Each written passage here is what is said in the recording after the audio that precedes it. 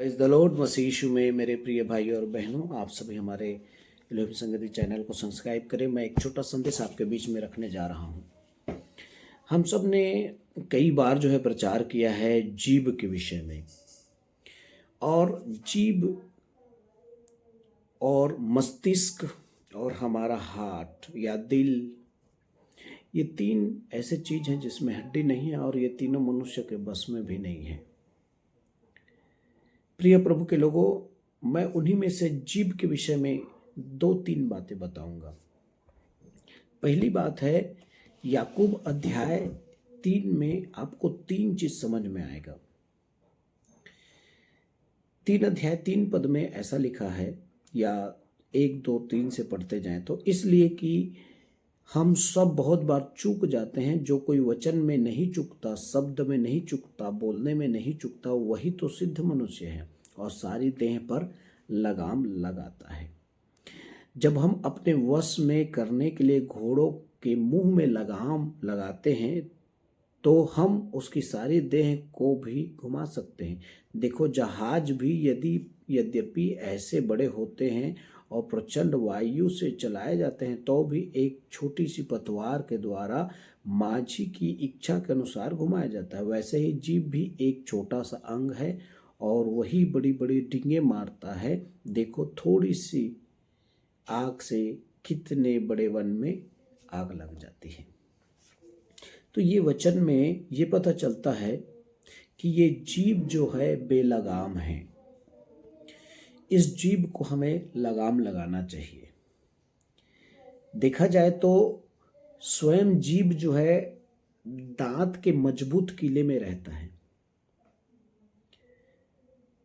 दांत के मजबूत किले में रहने के बावजूद भी ये जो है इतनी खतरनाक है कि ये कहीं भी जो है और कभी भी ये उस किले को तोड़ देती है।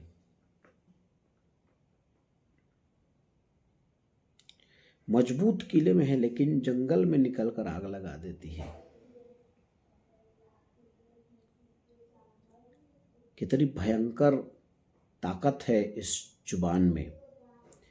दांतों के मजबूत किले के अंदर बंद है, लेकिन यहां से निकलकर जंगल में भी आग लगा देता है। यहां पर हमने पढ़ा 4 पद में, 5वें पद में, सॉरी, जीभ भी एक ऐसा छोटा अंग है जो बड़ी बड़ी डींगे मारता है। और देखो, थोड़ी सी आग से कितने बड़े वन में आग लग जाती है। ये इतना खतरनाक है। तो जीभ दांत के मजबूत किले में रहने के बावजूद भी निकल कर बाहर जंगल में आग लगा देता है। दूसरी बात, यदि 4-5 को मैं पढ़ूं तो वहां पर ऐसा लिखा है कि ये जंगल को क्या कर देती है, आग लगा देती है। आगे 6 पद में पढ़ रहा हूं, जीभ भी एक ऐसा आग है। जीभ भी एक आग है। जीभ हमारे अंगों में अधर्म का एक लोक है और सारी देह पर करंग लगाती है। जीवन गति में आग लगा देती है और नरक कुंड की आग से जलती रहती है। प्रियो, अब जीभ को आग कहा जा रहा है, जबकि ये खुद ठंडे लार के टप के अंदर है। समझो, हमारे जुबान जो है यहाँ टप जैसा है, और उस टप में लार के ठंडे पानी में, ठंडे लार में वो डूबी रहती है, लेकिन जब भी वो निकलती है तो भयंकर आग रहती है इसमें।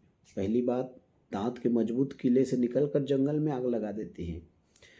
लार के ठंडे टप में रहने के बाद भी हमेशा इससे आग ही निकलता है।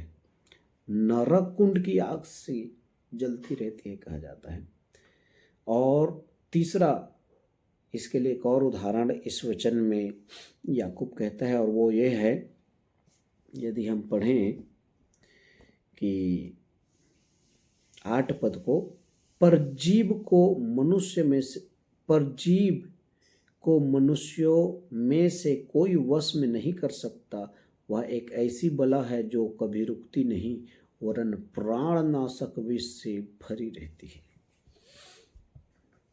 ये जीभ खाता तो हर प्रकार का स्वाद है।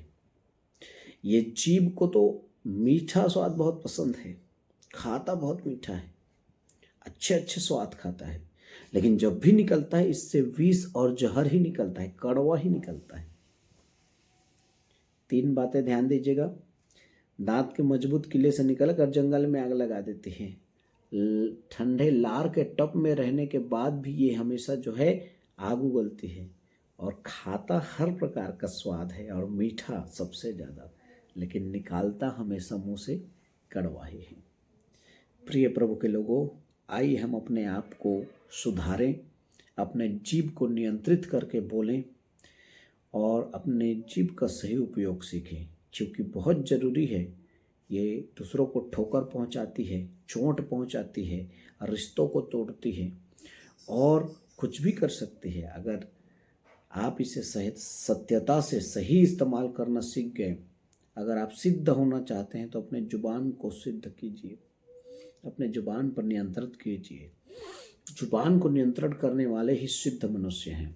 आइए हम अपने जुबान को नियंत्रण करें और हम प्रभु यीशु मसीह में दिन प्रतिदिन आगे बढ़ते चले जाएं। प्रभु आपको बहुत ऐसे आशीष दे। God bless you. जय मसीह की।